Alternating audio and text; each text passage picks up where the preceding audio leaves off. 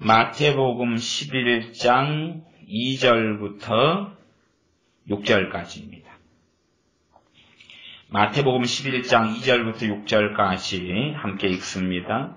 요한이 옥에서 그리스도의 하신 일을 듣고 제자들을 보내어 예수님께 여짜오되 오실 그이가 당신이오니이까 우리가 다른 일을 기다리오니이까 예수님께서 대답하여 가라사대 너희가 가서 듣고 보는 것을 요한에게 고하되 소경이 보며 안진뱅이가 걸으며 문둥이가 깨끗함을 받으며 귀머거리가 들으며 죽은 자가 살아나며 가난한 자에게 복음이 전파된다 하라. 누구든지 나를 인하여 실족하지 아니하는 자는 복이 있도다 하시니라. 아멘. 세례 요한이 주님께 사람을 보내서 감옥 안에서 순교당해서 죽기 전에 묻습니다. 오실 그이가 당신이오니까 우리가 다른 일을 기다리오니까. 아마 세례 요한의 이 비참한 죽음, 비참한 순교는 현 시대 교회는 잘 이해하지 못할 것 같아요. 현 시대 교회라는 것은 일반적인 한국 교회를 이야기합니다. 한국 교회. 작년에 어쨌든 기독교인들이 비참하게 순교든지 아니면 전쟁통에 죽든지 정치적인 문제로 죽임당한 사람들이 약 9만 명 정도가 작년에 죽었어요. 그리고 10년 동안에 한 90만 명이 죽었어요. 기독교인들이. 또 직접적인 순교로 죽은 사람은 이제 작년 9만 명 가운데 그래도 최소 10,000 단위 좁혀 조금 되는 것 같아요. 순교로. 지금 시대가 그런 시대죠.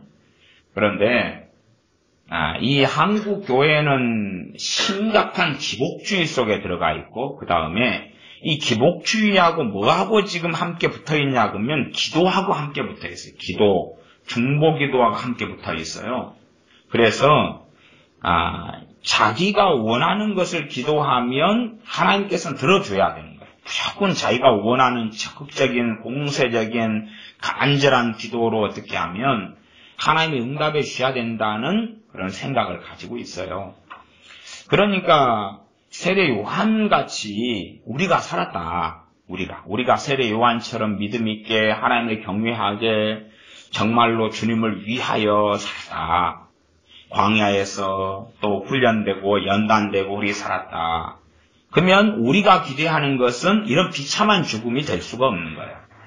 우리 한국 교인들이 믿고자 하고 바라는 하나님, 바라는 하나님의 복, 바라는 하나님의 은혜에 비춰보면 세례 요한이 이렇게 비참하게 잡혀서 감옥에 있다가 죽음을 기다리고 곧 헤롯의 칼에 의하여 죽는 그것도 여자해의 춤값으로 목이 잘려서 소반에 담겨서 오는 그런 비참한 죽음에 대하여 우리는 상상을 할 수 없을 거예요. 그러지 않습니까? 세례 요한이 감옥에 있어요. 그럼 우리 스타일로는 뭘 기도하면 됩니까? 감옥에서 이게 석방되도록 감옥에서 갇힌 데서 풀려나도록 기도하면 될 거 아니에요. 우리 입장은 그런 거예요. 감옥에서 풀려나도록 기도하면 될 거 아니에요. 세례 요한은 누구보다 여자가 난 자 중에 이보다 큰 자가 없다 그랬어요.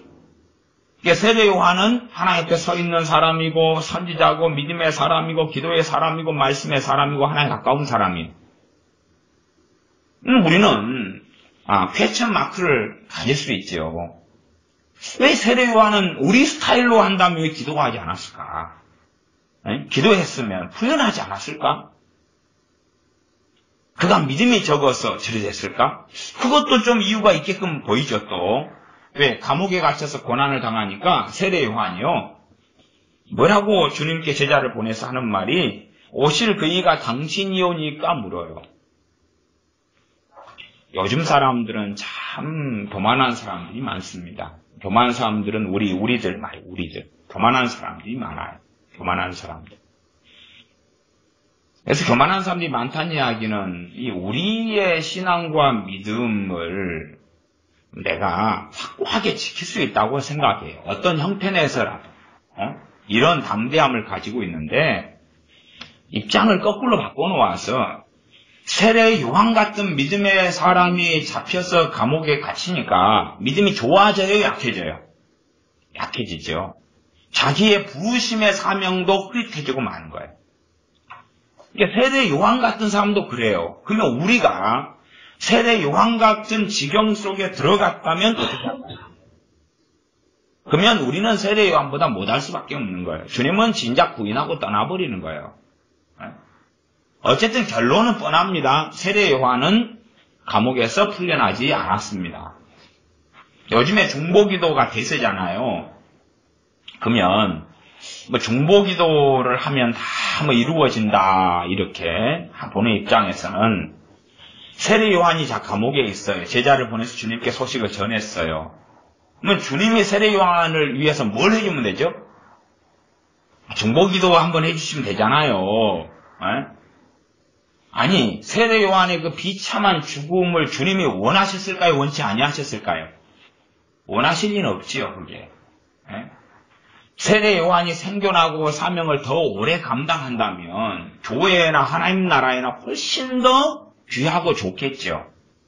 그 비참한 죽음 순교라 그래서 그것을 미화시키면서 그러니까 그 순교자가 피해가 막 그러니까 뭔가가 있을 거다.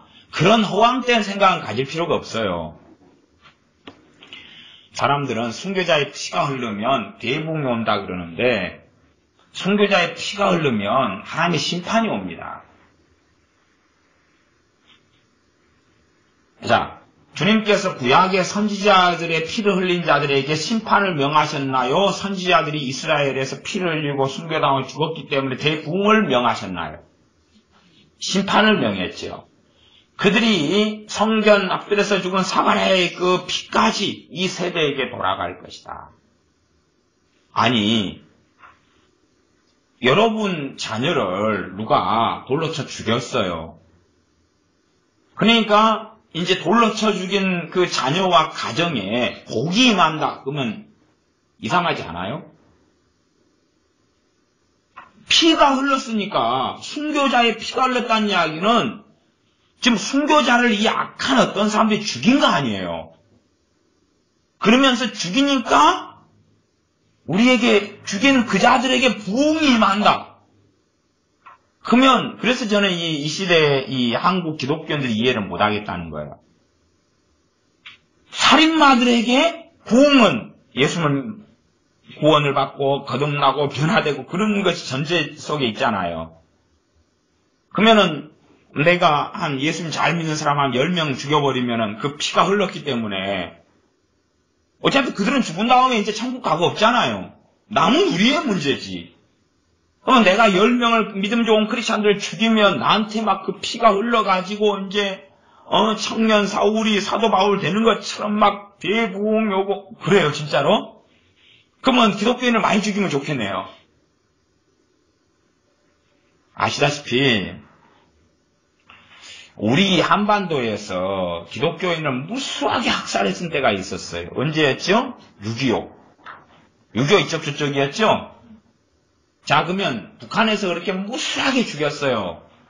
김일성이가. 야, 북한에 대부흥 왔나요? 얼마나 죽였는데요? 한 3명? 한 100명? 200명? 그냥 몇만 단위는 우습게 죽였잖아요. 기독교인들을. 그럼 대부흥 오겠네요. 뭐 토마스 선교사가 뭐 1800 몇 년에 뭐 배를 타고 와서 순교해가지고 죽으니까 그때 던졌던 성경이 이리 돌고 저리 돌아가지고 어쩌고저쩌고. 아니 그 다음에 일제 치하 속에 들어갔잖아요. 그것을 극단적이고 강제적으로 평양 대부흥하고 연결시키면 안 되는 거예요, 그게. 그게 연결이 되려면 지금 현재 북한에 6.25 사변을 통하여 많은 기독교인들을 학살하고 죽인 다음에 그 순교자의 피가 흘렀으니까 대부흥이 와야 되겠죠. 전에 김정일 때는 300만이가 아사에서 죽었죠. 굶어 죽었죠. 대부흥이 언제 오나요 도대체? 6.25 때 기독교인들을 교회를 불태우고 학살해 죽이고 그 다음에 지금 몇십 년이 흘렀잖아요.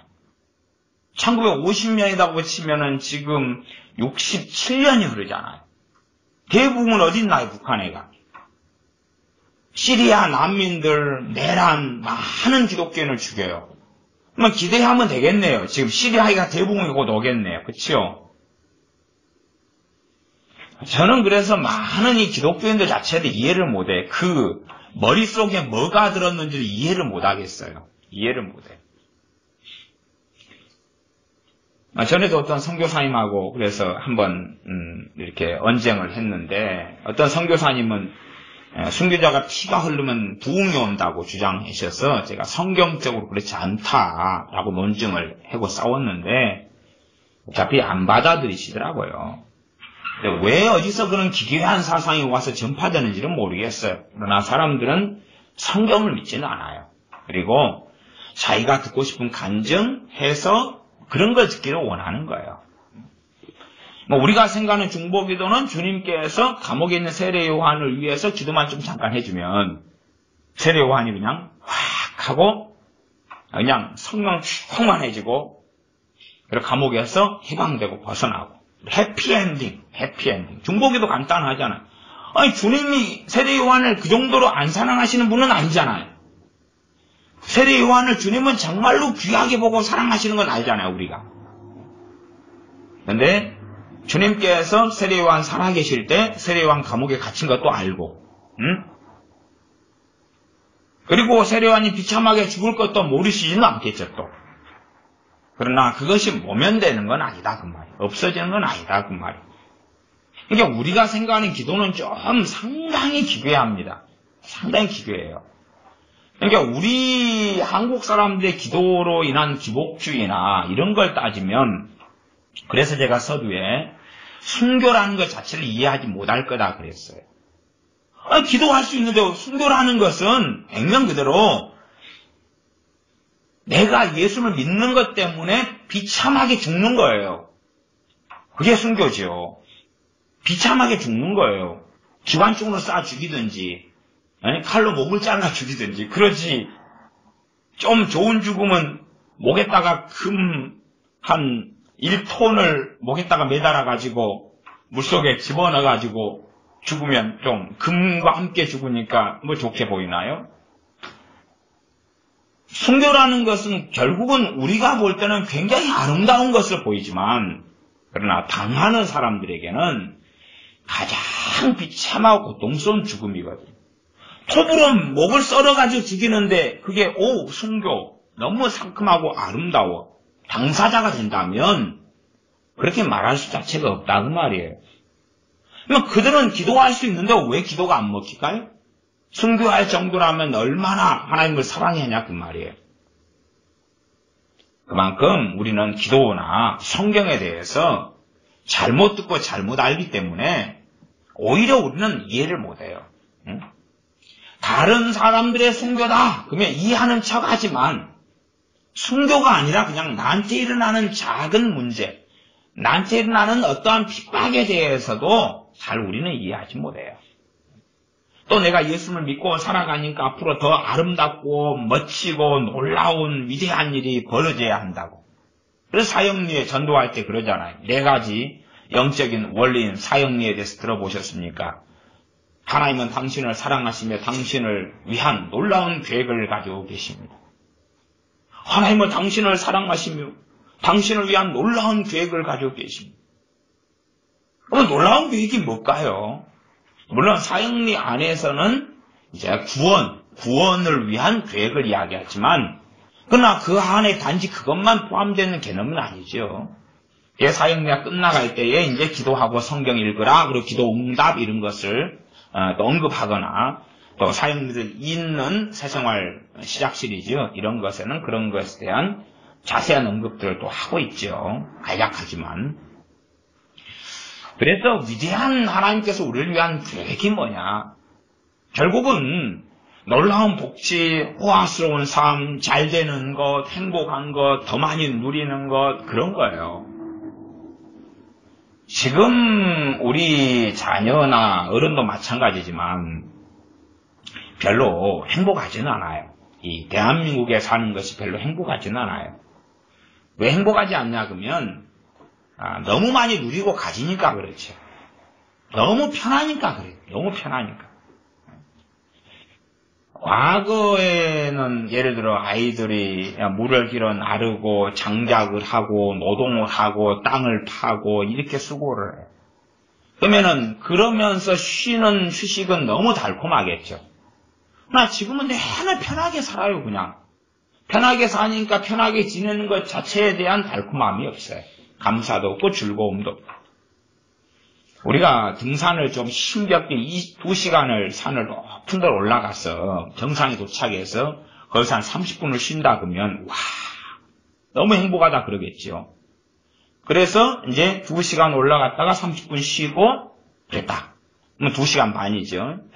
그러면 내가 그러면서 그 30분 동안의 정상에서 누리는 경관, 경치, 또 땀을 흘린 뒤에 느끼는 해방감, 시원함, 그 다음 성취감, 또 고생을 2시간 동안 높은 산을 올라가면서 겪었던 고생 후에 가지는 휴식.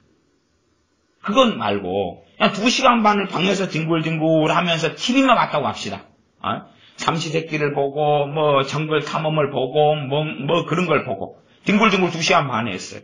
뭐 뒹굴뒹굴 2시간 반을 하면서 뭐 먹을 거 쌓아놓고 과자를 먹어가면서 본 것이 정말 더 행복했을까요? 아니면 2시간 높은 산을 올라가고 30분 그 산 정상에서 휴식을 가지는 게 더 행복하겠냐 그 말이에요. 점점점 가지고 누리고 살기 때문에 사실은 더한 불만족만 쌓여갈 뿐이에요. 더 소유해야 되고 더 가져야 되고 더 편안해야 되고 그렇게 우리들은 살아가고 있는 거예요. 살아가고 있어요. 일단은 이 마태복음 11장에는 그래서 세례 요한은 편안하게 되지는 않아요. 세례 요한은 감옥에서 풀려나지도 않고 아니면은 헤롯이 막 회개가 터지고 요즘 컨셉은 그런 거 아니에요? 헤롯에게 막 주님께서 중보기도를 하는 거예요. 이 적그리스도 영은 떠나가라. 그러면 갑자기 헤롯이 적그리스도 영이 확 떠나면서 정신 확 들어가지고 아이고 세례 요한님 잘못했습니다. 회개가 터지고 왜 주님은 헤롯을 위하여 중보기도를 안 하실까요? 요즘은 참 주님하고는 다른 길을 많이 걸어요. 사람들이. 주님하고 다른 길을 굉장히 많이 걷습니다. 세례 요한이 갇힌 걸 알고 어쨌든 주님은 세례 요한의 질문에 답을 해줘요. 이게 세례 요한이 두려움을 이기고 주님을 끝까지 믿고 신뢰하고 순교를 당하는데 결국은 당하는데 주님께서는 세례 요한이 뭘 주셔요? 말씀을 주셔요. 중보기도를 주시는 게 아니고 말씀을 주셔요. 말씀을 세례 요한이 받아들일 때 말씀을 통하여 세례 요한이 흔들리지 않게 되고 견고하게 되는 거예요. 이게 세례 요한에게 말씀을 주시는 거예요. 말씀을. 이게 사람들은 말씀이 해야 될 역할을 기도가 한다고 바꿔버려요. 또 지금의 많은 이 거짓 예언들도 마찬가지예요. 거짓 예언들이 왜 거짓 예언이 되느냐 하면 성경 66권에 하나님이 우리에게 순종하라고 명령하신 것 그것을 거짓 예언은 하나님이 해주겠다 그래요. 진짜 예언은 하나님께서 명령을 하신 것이 있으면 진짜 예언은 말씀에 따라서 그 명령을 같이 하고 있어야 돼요. 근데 거짓 예언은 하나님 우리에게 하라고 명령한 것을 하나님이 해주겠다 그러는 거예요. 그러니까 부모가 자식한테 심부름을 시켰다 합시다. 가서 시장 가서 두부 사와라. 심부름을 시켰어요. 했더니 이제 자식이 기도를 막 하는 거예요. 기도를. 하나님 기도하든지 아니면 엄마 치마를 붙잡고 어머니 아니되옵나이다 그러든지 엄마한테 아빠한테 빌든지 하나님 기도하든지 그랬더니 이제 엄마나 아빠의 마음에 감동이 와가지고 아니면 하나님께서 직접 음성이 와가지고 내가 직접 두모를 사가지고 오겠노라. 뭐 그러는 거예요. 그런 애언을 원하고 좋아한다 그 말이에요. 내가 해야 될 것을 하나님이 해주겠다는 것이 애언이 나오면 거짓 애언이라는 걸 알아야 되는 거지. 이게 말하자면 뭐 내가 사람들 마음을 변화시키겠노라. 너의 가정을 변화시키겠노라. 사람들 마음을 변화시키겠노라. 그러면 성경하고 맞아요 안 맞아요? 안 맞아요. 하나님 말씀은 너희가 마음의 변화를 받아라 그래요. 너희가 옛사람을 벗어버리라. 무릇 지켜마는 것보다 무엇을 지키라? 마음을 지키라. 생명의 근원이 이에서 남이니라. 그래 명령을 한다 그 말이에요. 근데 우리는 예언을 통해서 하나님이 하라는 것을 하나님이 해주신다고 하는 걸 듣기를 좋아해요. 귀찮잖아요. 우리에게 명령하신 것들 하기 힘들잖아요. 그러니까 예언이 나오는 거예요. 내가 너를 직접 변화시키겠노라. 아멘. 너무 좋죠. 그런 거.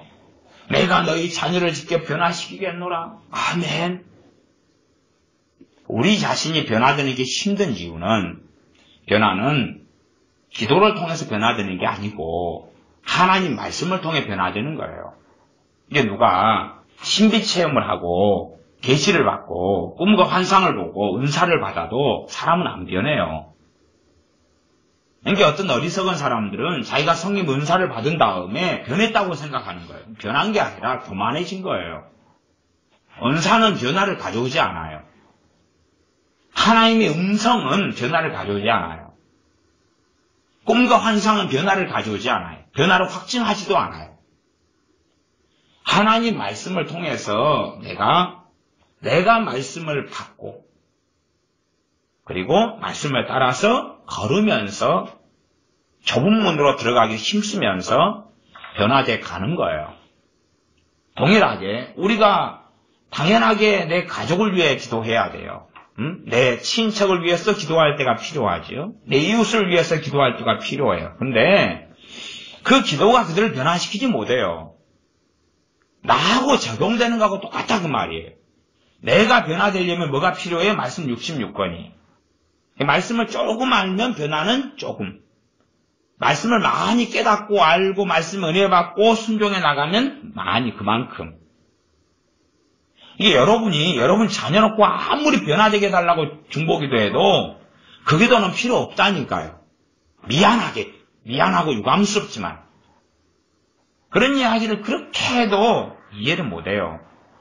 내 자녀가 변화되려면 스스로 하나님께 엎드려서 하나님 말씀을 받아들이고 하나님 말씀을 깨닫고 그 가운데 성령님께서 역사하시고 그리고 변화의 길을 한 걸음 걸어가야 되는 거예요. 어린 자녀든지 장성한 자녀든지. 어린 자녀나 장성한 자녀가 그러기 싫다 그러면 그건 변화는 될 수 없는 거라요. 그래서 기도가 하는 역할하고 말씀이 하는 역할을 정확하게 알고 있어야 되는데 그렇게 생각하지 않아요.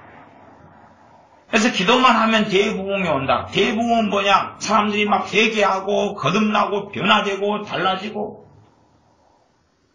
대부흥이 온다. 그 거듭나고 변화되고 달라지고. 기도하면 거짓말이에요. 저는 대부흥이 오도록 저도 꽤 오랫동안 기도했어요. 대부흥이든 부흥이든. 오랫동안 기도했는데 그것의 허구가 잘못됐다는 걸 아는데 시간이 좀 많이 걸리더라고요. 그러니까 그래도 몇 년을 부흥을 위해서 목을 메고 기도를 했기 때문에 그걸 못 깨달았어요. 저도. 그냥 많은 신앙 서적이 많은 책들이 많은 성경 해석이 이야기한 대로 열심히 대부흥을 위해 기도하면 올 줄로 생각했어요. 그러나 부흥은 말씀의 부흥을 통해서 오는 거예요. 바르게 말씀이 전해지고 가르쳐지고 설교되고 그리고 듣는 사람들이 그 말씀을 바르게 받아들이고 현실의 거짓말 중에 하나도 그런 거잖아요. 주님을 만나면 변화된다. 주님을 만나면 변화될 수밖에 없다. 왠지 거짓말이죠 그게. 주님 만나면 변화될 수밖에 없다.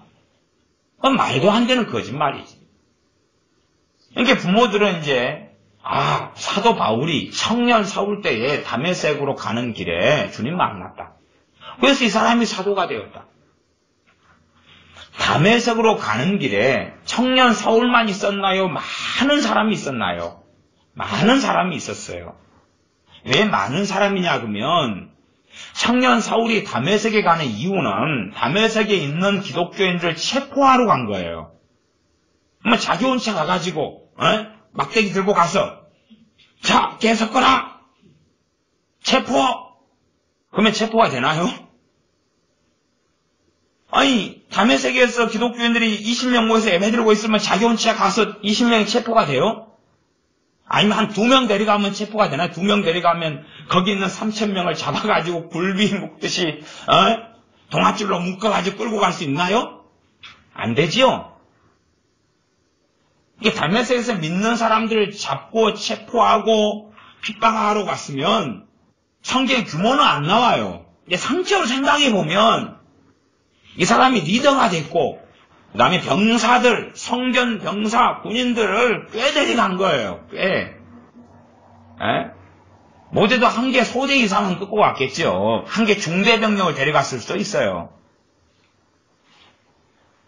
꽤 순진하게 주님이 다메섹 도상에서 청년 사울을 만나주셨으니 그가 변했다. 그거 거짓말입니다. 그 많은 사람들이 있을 때에 딱 청년 사울에게만 주님이 나타나셨어요. 이게 우리가 생각하기에는 주님이 좀 덜 자비롭잖아요. 이왕 나타나셨으면 다한테 보여주면 좋잖아요. 다. 거기에 현장에 50명 있었다면 50명한테 나는 너희가 핍박하는 나사렛 예수니라. 그렇게 따지면 50명이 다 변화돼 버릴 겁니다. 그런 이론에 따르면. 근데 주님은 청년 사울에게만 자신을 보이시고 계시하시. 그 외에는 안 하시잖아요. 그리고 청년 사울이 변화된 게 아니에요. 주님 만난 것. 변화의 기회를 가진 거예요. 기회. 변화의 기회를 가진 거예요. 그리고 그는 주님 만나고 결과는 뭐냐? 그럼 변화가 아니라 징계고 심판이에요. 청년 사울이 그때 이후로는 뭐가 됐죠? 소경이 됐잖아. 소경이 됐어. 소경이 돼가지고 이제 소경인 채로 다메섹으로 들어가면서 그리고 들어가가지고 3일 동안 식음을 전폐하고 회개하면 사람께 엎드리는 거예요. 주님 만나니까 그냥 자동적으로 3일 동안 엎드리고 회개하고 가슴을 치고 그런 것이 되어져 버린 게 아니라 그 말이에요. 그가 한 거다. 그가 한 거다. 그것도 전적인 변화를 가져오는 게 아니에요.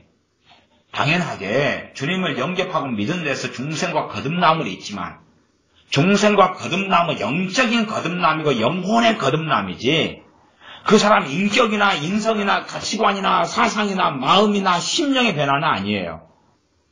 그렇기 때문에 심령의 변화를 받으라고 말씀하는 거예요. 마음의 변화를 받으라고 말씀하는 거예요. 자동적으로 내가 새 사람이 됐다는 것이 옛사람이 자동적으로 없앴다는 이야기는 아니에요. 그러니 너는 옛사람을 벗어버리라라고 기독교인들에게 로마의 교회에게 로마서는 말씀하고 있는 거예요.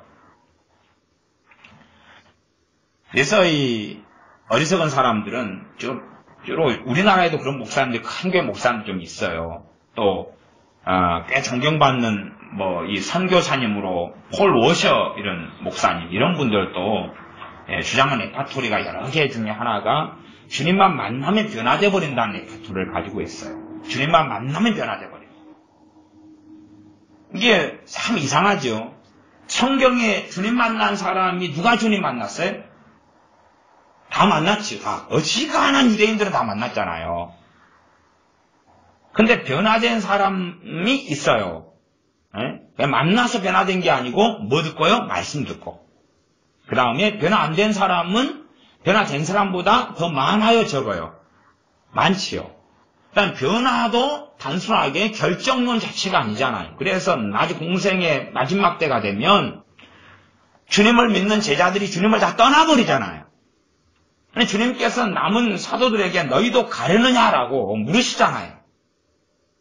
이게 말씀 듣고 변했다는 것이 변화의 완성이나 아니면 바꿀 수 없는 변화가 일어난 게 아니라 그 말이에요. 주님을 무수한 사람들이 만나요. 주님이 초림하셨을 때 변화 안 되잖아요. 변화 안 돼요. 그 정도만 마태, 마가, 누가, 요한복음만 봐도 주님 직접 만나고 주님하고 대화하고 교제하고 같이 밥도 먹고, 그래서 주님께서 나는 너희를 도무지 알지 못한다. 그 대상이 된 사람들이 뭐라 그럽니까? 우리는 주님의 산에서 같이 밥 먹고, 응? 같이 길을 걸었다 그러잖아요. 근데 주님은 나는 너희 모른다 그랬잖아요. 주님과 식사도 하고 함께 길도 걷고 함께 돌아다니고 심지어 주님과 함께 사역의 자리에 동참하고 그랬는데도 버림받아요. 그랬는데도 주님은 그들을 인정하지 않아요. 그게 성경에 나와 있는 말씀이고 이야기잖아요. 그러니 주님만 만나면 변화된다, 변화될 수밖에 없다. 그런 이야기는 이 정상적인 상식을 가진 사람, 성경을 그냥 정상적으로 보는 사람은 그거에 나올 수가 없어요. 미안한 이야기지만. 어떻게 그게 나와요? 어떻게? 응?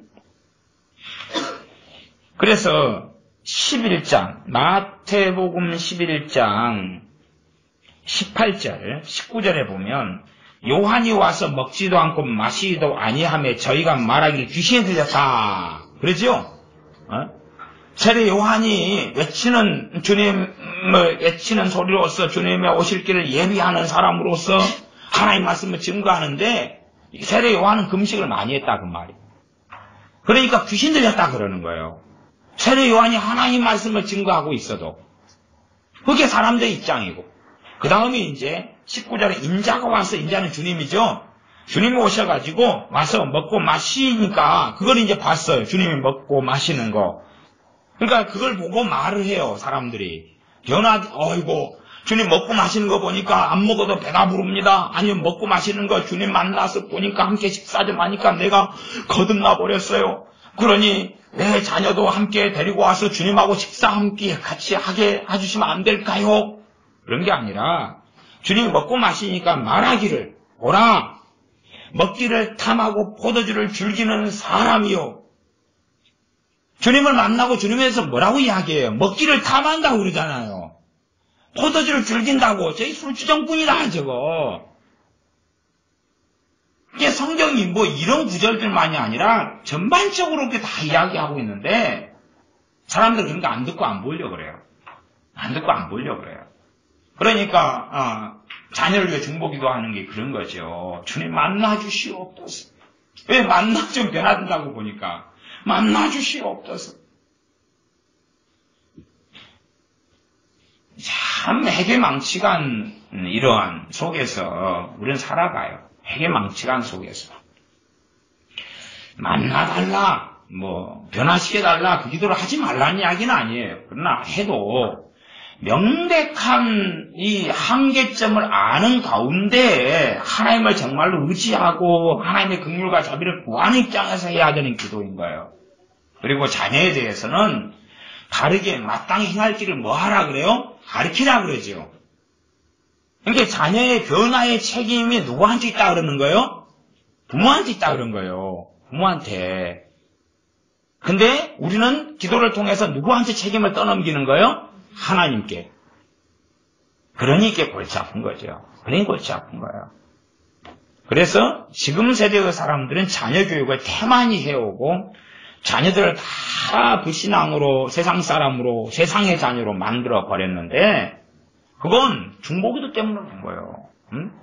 자기 자식 예배당에만 데리고 앉혀 있으면 변화될 줄 알고 하나님 만나줄 줄 알고 아니 예수님께 관심도 없는 자녀가 앉아가지고 게임이나 하고 문자나 보내고 카톡이나 서로 주고받는데 변화가 될 것 같아요? 하나님의 심판이 임할 것 같아요? 하나님께 드리는 예배 자리를 우습게 여기고 조롱하는 자녀를 하나님은 놔두실 리 자체가 없잖아요. 왜? 우리 한국교회에 우리의 자녀들 10대나 아니면 청년들이 신속하게 이렇게 교회를 떠나버리느냐. 하나님 버려버리기 때문에. 하나님을 예배를 통하여 너무나 조롱하니까 하나님께 예배드릴 마음 자체가 없고 우롱하고 조롱하는 거예요. 아니, 말씀이 바르게 강단에서 전파된다고 그냥 가정하고, 아니면 최소한 설교자는 어쨌든지 간에 예배 자체가 하나님께 드리는 예배니까, 진심 어린 찬양, 진심 어린 기도. 근데 예배 시간에 앉아서 믿음 없는 자녀가 1시간이다 하면 1시간 동안에 뭐 할까요? 앉아가지고. 거기에서 하나님을 막 자꾸 구하고 있을 거라고 생각하는 거예요? 믿음 없는 그 자녀가 1시간 동안에 예배당에 앉아서 뭐 하고 있을까? 그건 생각을 안 해보는 거죠. 1시간 동안 뭐 하고 있을까요? 그 말이에요. 그러니 예배당에 와서 예배드리기 전에 이미 교육이 됐어야 되는 거죠. 예배가 무엇인지. 예배가 무엇인지. 하나님을 경외함이 무엇인지. 그런데 그런 교육 안 해요. 그냥 데려다만 앉혀놓으면 된다고 생각을 해요. 앉혀놓으면. 그러니까 하나님께서 우리 10대나 청소년들이 청년들이 하나님을 떠나버리는 것은 그들이 떠남보다 하나님의 버림이 더 강력한 거예요. 그 꼴을 하나님은 보기 싫다는 거예요. 하나님이 버려버리시는 거예요. 오고 싶어서 못 오는 거예요. 올 마음을 거둬버리시는 거고. 거기에 하나님의 일하심이 있는 건데 사람들 거꾸로 생각해요. 거꾸로. 하나님이 추방해버리시는 거거든요. 꼴 보기 싫다고. 그리고 돌아오는 걸 막아버리시거든요. 하나님께서. 그러나 사람들은 거꾸로 생각하죠. 그래서 예배당에만 앉혀놓으면 될 거라고 생각하는데 앉아서 하나님을 조롱하고 앉아있는 거거든요. 하나님을 우롱하고 앉아있는 거예요. 하나님의 진노는 극심해지죠. 또 부모가 자녀를 데리고 있으면서 자녀가 하나님을 조롱하고 우롱하는데도 방치하죠. 그렇고 자기는 죄 없다 그래요. 아직은 뭘 모르니까. 아직은 믿음이 잘 없으니까 당연한 행동이다 이렇게 보는 거죠. 어쨌든 주님을 만나서 변화되는 건 아니에요. 그건 성경이 마태, 마가, 누가, 요한복음에 증명했잖아요. 증명했잖아요. 아니 직접 주님과 직접 얼굴과 얼굴 대면하여 만나고 직접 말씀을 들어도 변화 안 되는데 영접기도 했다고 변화되겠어요? 눈물 한 번 흘렸다고 변화되겠어요? 눈물 한 번 흘렸다고? 참 황당한 이야기죠. 황당한 이야기. 자, 4절을 제가 읽습니다. 예수님께서 11장 4절 대답하여 가라사대 너희가 가서 듣고 보는 것을 요한에게 고하되 소경이 보며 안진뱅이가 걸으며 문둥이가 깨끗함을 받으며 귀머거리가 들으며 죽은 자가 살아나며 가난한 자에게 복음이 전파된다 하라. 5절은 참 좋은 말씀이에요. 좋은 말씀. 근데 이 국한되어 있다는 건 알아야 돼요. 국한되어 있는 거예요. 이게 많은 사람이 기도응답을 막 이야기하지만 실제로는 그 대부분의 것이 국한되어 있어요. 어디에 국한되어 있냐 그러면 치유, 축사. 귀신이 쫓겨나가는 거나 몸이 치유되는 거나 이런 데 대부분 국한되어 있는 이야기.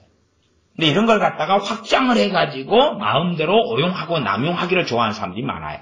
국한되어 있어요. 세례 요한에게 주님께서 소경이 본다 그랬지 너가 감옥에서 풀려난다 이야기한 게 아니거든요. 너의 문제, 세례 요한이 가진 문제가 해결된다. 문제 해결이잖아요. 지금 세례 요한이 지금 억울한 일을 당하죠. 억울한 일을 당하고 있어요. 바른 공의를 외쳤는데 그것 때문에 그는 잡혀가지고 죽게 됐다 그 말이에요. 억울한 일을 당해요. 이게 나를 믿는 사람들은 내가 억울한 일을 해결해 주겠노라. 내가 문제를 해결해 주겠노라. 내가 형통을 주겠노라. 그렇게 사람들이 생각하는 거예요. 주님은 세례 요한의 믿음 이야기를 하고 있어요. 믿음 이야기. 다른 게 아니에요. 믿음 이야기를 하고 있어요. 그래서 소경이 보며 안진뱅이가 걸으며 문둥이가 깨끗함을 받으며 귀머거리가 들으며 죽은 자가 살아나며 가난한 자에게 복음이 전파된다 하라. 이것은 구약에서부터 예언되었던 메시아의 오심의 증명이거든요. 다시 주님께서 기적과 이적을 통해서 본인 스스로 메시아이신 것을 이미 증명되고 있다고 다시 세례 요한의 믿음을 일깨우고 계신 거예요. 그러면서 6절에 말씀하세요. 누구든지 나를 인하여 실족하지 아니하는 자는 복이 있도다. 우리는 어떻게 해석하기 좋아하냐 그러면 주님께서 실족하지 않게 하시리로다 이걸 좋아해요. 실족치 아니하리로다. 그건 실족치 않는 것은 어디서 그러냐 그러면 항상 조건이 있어요. 조건. 실족치 않는 건 조건이 뭐냐 그러면 그리스도 안에서 행하는 자가 실족치 않는 거예요. 이게 성경에 그냥 누구든지라고 생각하면 누구든지 믿는 자는 실족치 아니하리라 그 말씀이 있지를 않아요. 있지를 않고 시편이든 신약성경이든 하나님 보호하고 지킨다는 사람의 그 조건이 있어요. 조건이. 성령님 안에서 거하는 사람, 그리스도 안에서 거하는 사람, 이런 사람들이 조건이에요. 근데 이런 사람도 주님 밖에서 살게 되면 그 사람들에게는 말씀에 해당이 없는 거예요. 그래서 오히려 주님께서는 객관적으로 정확하게 말씀하고 계시는 거예요. 내가 세례 요한의 믿음을 실족하지 않게 지켜주겠노라. 그게 요즘의 애언이잖아요. 그게. 요즘 시대 애언은 그렇잖아요. 내가 너 자녀들을 지켜주겠노라. 내가 어려움 위기 가운데 너희를 지켜주겠노라. 그런 것을 남발하는 게 지금 시대의 예언이고 그걸 듣기 좋아하잖아요. 사람들이. 그 공수표를 받기를 좋아해요. 공수표. 저는 아마 예언 기도를 안 한 지가 그래도 좀 된 것 같아요. 최근에도 예언 기도를 저한테 해달라는 사람들에게 저는 안 해준다고 거절을 최근에도 많이 했어요. 뭐 여러분도 제가 거절하는 현장에 계신 분들은 아실 거예요. 근데 애언기도 받고자 하는 사람들이 원하는 건 뭐냐 그러면 공수표예요. 공수표. 공수표. 근데 하나님은 공수표를 남발하는 분이 아니시거든요. 그러니까 애언의 역할과 애언이 어떻게 오는가 어떻게 되는가를 고린도전서 같은 말씀을 좀 확인하면 좋은데 확인하지는 않아요. 공수표를 달라는 거예요. 공수표를. 그러니까 오히려 주님께서는 누구든지 나를 인하여 실족하지 아니하는 자는 복이 있다 그랬지 내가 실족하지 않게 해주겠다가 아니잖아요. 실족할 수도 있고 그래서 당시에 주님께서 초림하시 오셔서 말씀을 전하실 때에 주님 때문에 실족한 사람이 많아요 적어요? 많지요. 많아요. 주님 때문에 실족한 사람이 많습니다. 주님이 그들을 지켜준 게 아니에요. 지켜준 게 아니에요. 뭐 어떤 사람들은 당시에는 오순절 성령 강림이 없었기 때문에 뭐 어쩌고 그러면 거꾸로 오순절 성령 강림 이후에 실족한 사람 무진장 많습니다. 무진장 많아요. 무진장 많아요. 그 사마리아 성이 복음 전해지고 일심으로 빌립사님의 말씀을 듣고 쫓았고 세례받았던 마술사 그런 사람도 실족했잖아요. 이렇게 실족하느냐 그렇지 않느냐는 누구의 책임이에요? 우리의 책임이에요. 세례 요한의 책임이고. 근데 이런 것들을 우리는 하나님께 책임 전가하고 떠넘기기를 좋아해요. 이게 우리의 가장 큰 문제점 하나가 우리가 책임지려 하지 않는 거예요. 우리 자녀들의 심각한 문제가 첫째는 자기 인생에 대해 책임지려 하지 않아요. 우리의 자녀들이 공부를 누구를 위해서 자기를 위해서 혹시 공부하는 거 그렇게 부모들은 느끼셨나요? 야, 자기 인생을 책임있게 살기 위해서 얘가 책임있게 자기 인생을 살려면 계획을 해요, 안 해요? 계획하지요. 계획을 해요. 아니 오늘 수학을 공부한다. 그러면은 진도를 어디까지 나가야겠다. 누구를 위한 수학이니까요? 자기를 위한 수학이니까 내가 지금 이 방학 동안에 어디가 좀 약한데 어디를 보강해야 되겠다 이런 생각을 해요, 안 해요? 자기 공부니까. 뭐 솔직한 이야기로 여러분의 자녀들 가운데 학교 다 다니니까 수학 공부하는데 그렇게 능동적으로 자기 수학 공부니까 그래서 생각하면서 야 지금 내가 지금 사인 코사인 탄젠트 이런 부분은 잘 이해가 안 되는데 이걸 어떻게 좀 배워야 되겠는데 혼자서 공부하고 안 되면 이것을 누가 좀 설명을 나한테 잘해줄 수 있을까? 아니면 그거 잘 설명되는 인터넷 강의 인강이라도 어떻게 들어올 수 있을까? 막 자기 공부니까 뭐 고심하고 뭐 혹시 여러분의 자녀들 수학 공부하면서 그런 것을 고심해가 여러분이 감동을 받고 그런 경험이 있으신가요? 부모님들은? 다 없다 그러시네. 그러면 영어를 자기 공부니까 내가 단어가 좀 약해. 내가 문법이 좀 약해. 내가 회화가 좀 약해. 내가 독해가 잘 안 돼. 내 발음이 좀 안 좋아. 이번에 내가 영어를 공부하는데 지금 단어를 좀 보강해야 될 것 같아. 이번 방학 때는 문법을 좀 보강해야 될 것 같아. 이번 방학 때 자기 공부면 그런 생각을 해야 돼, 안 해야 돼요? 아니, 내가, 이제, 뭐, 계집을 짓는다고 합시다, 계집. 응? 뭐, 사랑이 같이 그냥 이쁜 개가 있어가지고 계집을 지어줘야 돼요. 지 개예요. 자기 개예요. 자기가 키우는 개. 엄마한테 개 한 마리 키우게 해달라고 막 사정하고 아빠한테 사정을 하고 하나님께 막 기도를 하고 하나님 개를 키우게 해주시옵소서 이쁜 저 강아지 해가지고 응답이 됐다고 칩시다. 부모가 이야기했어요. 네가 키우려면 나무나 뭐나 못이나 망치나 재료는 줄 테니까 계집 네가 만들어. 그렇게 안 하려면 아싸리 하지 마. 그러면 이제 애가 계집 만들려고 발버둥을 칩니까 안 칩니까? 치지요. 그거 키우고 싶으니까 그냥 계집을 만들고 똥을 좀 치워. 그러면 치워요 안 치워요? 치워요. 그런데 애를 망치는 것은 애가 개 키우자 그러니까 그냥 사주고 똥오줌도 누가 치워주고요? 부모가 치워주고 개 옷도 부모가 해입히고 사료도 부모가 사다가 먹이고 그건 애가 망가지는 거거든요. 애가 개 키기를 원하면 정말 간절할 때 허락해 줄 수 있어요. 그러나 이제 사료값도 걔가 내야 돼요. 사료값. 사료값을 벌려고 알바도 뛰어야 되고 사료값을 벌려고 엄마, 아빠, 안마도 막 시작해야 되고 사료값 벌려고 할아버지 안마하러 가야 되고 아니면 자기 성격 같은 것이 부모의 약점이잖아요. 엄마, 제가 반에서 10등 했는데요. 이번에 한 5등 올릴 자신 있는데 5등 올리면 저한테 강아지 사료값 좀 혹시 한번 지원 안 해주실래요? 그래가지고 투쟁하면서 공부를 하거든요. 애를 굶길 수 없으니까 강아지를. 그렇게 애를 키워야 되는데 부모들이 어떻게 자녀를 망가뜨리는지 알겠죠? 어쨌든 자기가 강아지 키우는 거면 책임을 지고 자기가 계집을 만들고 막 망치질하고 톱질하고 거기에 이제 부모가 약간 도와줄 수 있는 거예요. 그렇지 않아요? 톱질 너무 어려운 거 그건 좀 도와줄 수 있고 못질 너무 어려운 부분은 또 해줄 수 있는데 해주면서 감사 인사를 드려야 되는 거예요. 왜? 자식 일을 갖다가 해준 거니까. 근데 자녀들이 자기가 책임지지 않으니까 책임지는 인생을 안 살아요. 책임지는 인생을 안 살아요. 공부도 자기 공부가 아니라요. 심지어 밥 먹는 것도 지 몸을 위해서 밥 먹는 건데 밥 먹으면서 유세를 떨잖아요. 그냥 위대한 일을 부모한테 해주는 거예요. 밥 좀 먹어주잖아요. 부모는 밥 먹어주라고 밥 대다고 막 사정을 해요.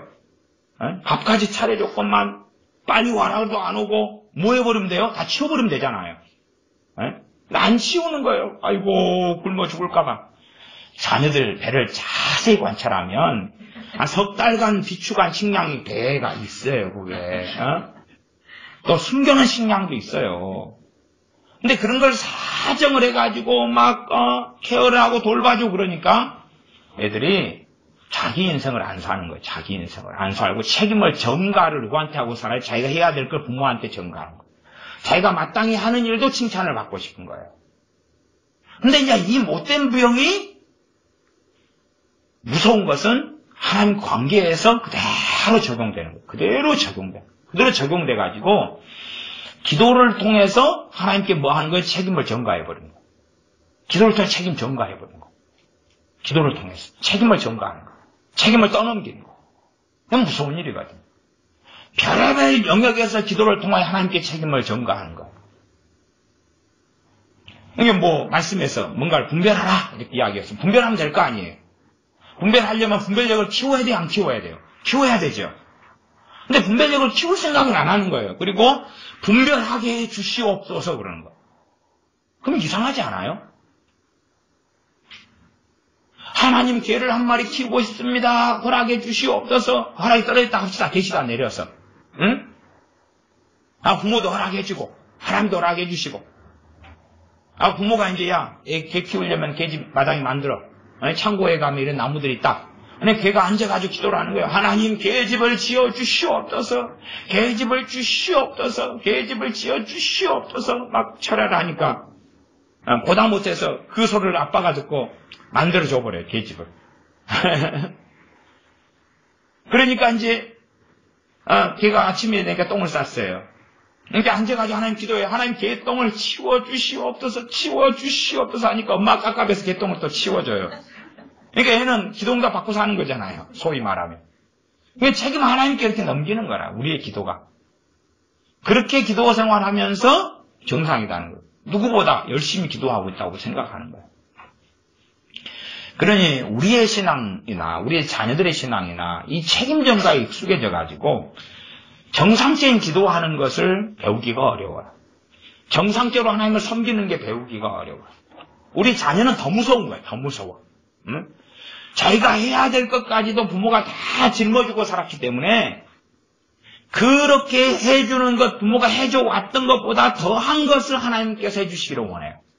그렇게 하기 때문에 내가 하나님을 믿는다고 생각합니다. 내 부모가 해줬던 것보다 하나님은 더 좋은 돌봄과 케어를 내게 해줄 거기 때문에 내가 하나님을 섬긴다. 그리고 기대하고 이제 돌보아달라 그러는데 오히려 하나님께서는 그게 아니라 우리에게 순종을 또 하나님 말씀을 통해 명령을 하시는 거예요. 명령을. 근데 우리는 명령을 듣는 게 아니라 내가 짊어지는 짐을 맡기고 싶은 거예요. 성경 구절도 좋잖아요. 내 짐을 주께 맡겨라. 그럼 그것만 앞뒤 꼭지 다 잘라내면 얼마나 좋아요. 그치요? 짐을 맡겨라. 그래서 화장실에 안 가고 화장실 갈 시간이 돼도 귀찮으니까 앉아가지고 주님 내 뱃속에가 똥이 한 바가지가 찼습니다. 가고 싶으나 귀찮사옵니다. 이 똥을 맡겨드립니다. 이걸 빼가지고 바로 화장실로 이렇게 직행하게 해주십시오. 그냥 내가 가만히 누워있을 테니까 똥을 빼내주시고 오줌을 빼내주시고 짐을 맡겨드립니다. 아니면 몸에 막 때가 끼었어요. 때가 짐이잖아요. 하나님 기도하옵나이다. 짐을 맡기라 그랬사오니 제 때를 다 벗겨가 주십시오. 주여 제 때를 다 벗겨가 주시오. 벗겨가 주시나요? 안 그렇잖아요.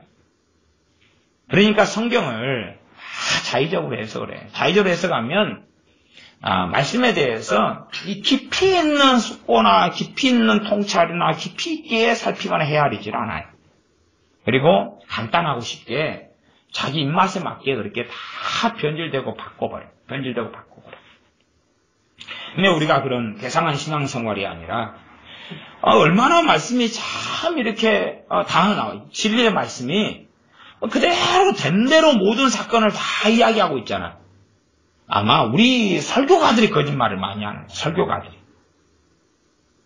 아마 우리한테 성경을 쓰라 그랬으면 세례요한 사건 같은 것도 이렇게 써놓겠어요? 안 써놓겠어요? 이런 식의 이야기를 이 교인들이 딱 들어버리면 시험 들겠어요? 안 들겠어요? 설교자들의 이야기하고는 들리잖아요, 이게. 이런 일이 마태, 마가, 누가 요한복음에 가득 찼단 말이에요. 가득 찼어요. 말하자면 그냥 하나님을 영접하라. 이런 컨셉이 있습니다. 하나님을 모셔드리라. 하나님의 임재, 셰키나 영광, 하나님을 모셔드리면 그러면 그 지역에 뭐가 일어난다고요? 붕이 일어난다는 컨셉. 많잖아요.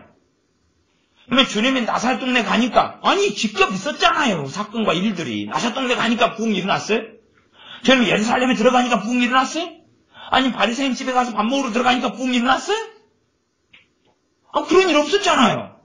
고라신 베스다 마을에 가니까 붕이 일어났어요? 없었잖아요. 그런데 셰키나 하나님의 영광, 하나님에 대한 초청, 하나님이 찾아오시면 사람들은 그걸 믿고 있어요. 이상한 거지요. 이것이 우리들 문제야. 한국교회 교인들 문제고 우리들 문제야. 왜 말도 안 되는 성경 해석과 이해들을 가지고 있는지를 상상할 수가 없어요. 그러면 성경을 안 읽었어요? 주님 성경에 일어난 사건, 사복음서에 일어난 사건은 어지간히 신앙 연수된 사람 좀 알잖아요, 이게. 알잖아요. 주님께서 예루살렘 성에 공생의 마지막 때에 들어오시니까 호산나 그러고 맞이했어요. 부흥같이 보이잖아요. 조금 있다가는. 안 그렇지요? 조금 있다가는. 그 사람들이 주님을 십자가에 못 박으라고 외친 사람들이 되었는데 부흥이 일어난 게 아니잖아요. 사람들은 성경에 명백하게 나와 있어도 제대로 상식적으로 읽으려고 하질 않아요. 그러니까 주님께서 16절, 마태복음 11장 16절에 이 세대를 무엇으로 비유할꼬? 주님이 만난 이 세대, 그 세대, 주님이 만난 이스라엘, 주님이 만난 유대인, 주님이 만난 예루살렘, 주님이 만난 하나님의 백성이고 선민이라고 하는 그 사람들, 무엇으로 비유할꼬? 비유컨대 아이들이 장터에 앉아 제 동물을 불러 가로되 우리가 너희를 향하여 피를 불어도 너희가 춤추지 않고 우리가 애국하여도 너희가 가슴을 치지 아니하였다 함과 같도다. 주님이 아무리 말씀드려도 이들이 냉담하다 그 말이에요. 냉담하고 냉정하고 반응하지 않는다 그 말이에요. 전혀. 그러니까 주님께서 그 당시의 예루살렘, 그 당시의 유대인들에 대하여 주님이 내린 판결이잖아요. 주님이 내린 판결이에요. 주님이 직접 오셔가지고 기적과 이적을 일으키고 귀신을 쫓아내고 문둥병자를 치유하고 죽은 자를 살려내고 말씀을 전하고 가르치고 오병이의 기적을 행하고 그래도 그들은 냉담한 거예요. 냉담한 거예요. 반응하지 않는 거예요. 그런데 뭐 쉐키나 하나님의 영광이 찾아오면 막 부흥이 일어나고 그런 신앙서적들이 어떻게 판을 칠 수가 있는지 이해할 수가 없는 거예요. 이해할 수 없어요.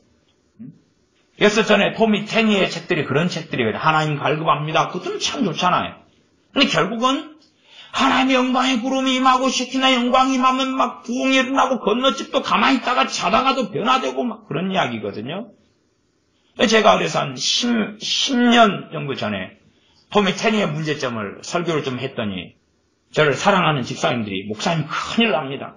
토미 테니가 얼마나 한국교회에 영향력을 미치고 큰 인물인데 목사님 그러다가 그냥 큰일 당합니다. 그래서 그래요? 말 안 해야지. 말 안 했어요. 한참 좀 이야기하다가 10년 전에. 제가 걱정이거든요.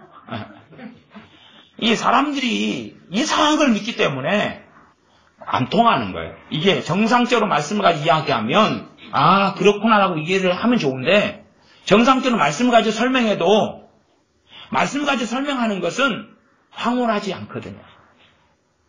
말씀을 가지고 설명하는 것은 달콤하지 않거든요. 세련되지 않거든요.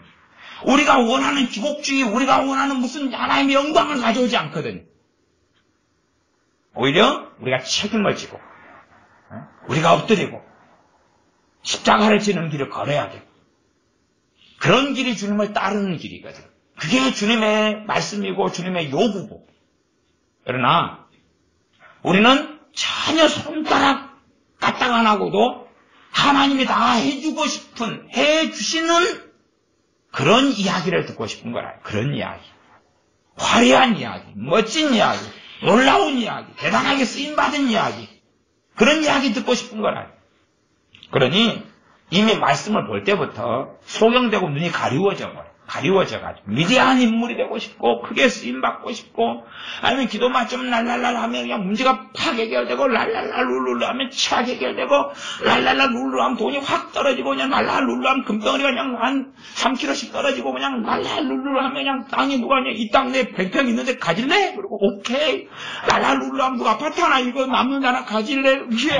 랄랄 룰룰 하면 이거 새 차인데 이거 한 대 더 들어와가지고 내가 주는 건데 3,500이 그냥 가져가시오. 이전비도 내가 내줄게. 그런 걸. 제가 어느 부흥에 가서 부흥사 목사님 설교 들 때 그런 간증을 막 하는 거예요. 교인들이 아멘, 아멘, 할렐루야, 아멘, 그리고 주야, 그 다음에 막 기도하는 거예요.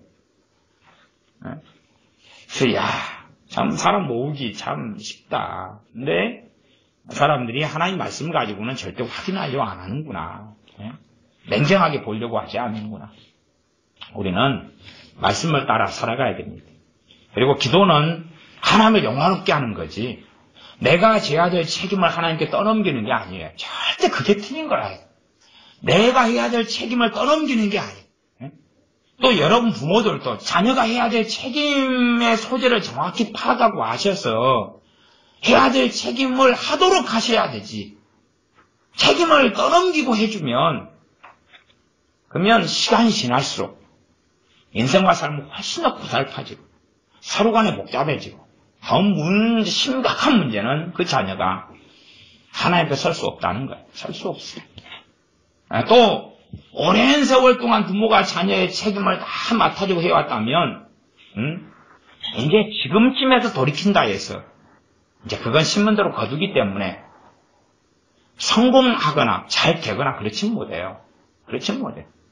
그냥 가능성이 10%, 20% 희박하지만 좀 남아있다 그 말이죠. 그럴 뿐이에요 그냥. 뒤늦게 말씀대로 좀 한다 그래가지고 되는 문제는 아니에요. 유감스럽게도. 그러나 안 그럴 때보다는 더 자녀에게 유익한 가능성은 좀 더 있다 그 말이지. 기도하겠습니다. 아버지 하나님, 우리가 거짓된 예언이나 또한 성경을 자의적으로 해석하는 것이나 우리가 믿고 싶은, 받아들이고 싶은 어떤 이야기들, 어떤 내용들, 그러한 기복적인 것들, 거기에 빠지고 기도를 통하여 우리가 해야 될 책임을 오히려 하나님께 떠넘기고 그러면서 하나님께 문제를 맡기고 사는 거라고 그렇게 생각하는 어리석음 속에 들지 않고 말씀을 통하여 일깨워지고 말씀을 통한 바르고 온전한 신앙과 믿음을 가질 수 있도록 우리를 도와주시옵소서. 정상적인 눈이 띄어져서 하나님 말씀이 뭘 이야기하는지 지혜롭게, 분별력 있게, 상식 있게, 사리, 분별이 있게 잘 말씀을 깨달아 알게 도와주시옵소서. 우리 주 예수님의 이름으로 기도하옵나이다. 아멘. 기도하겠습니다.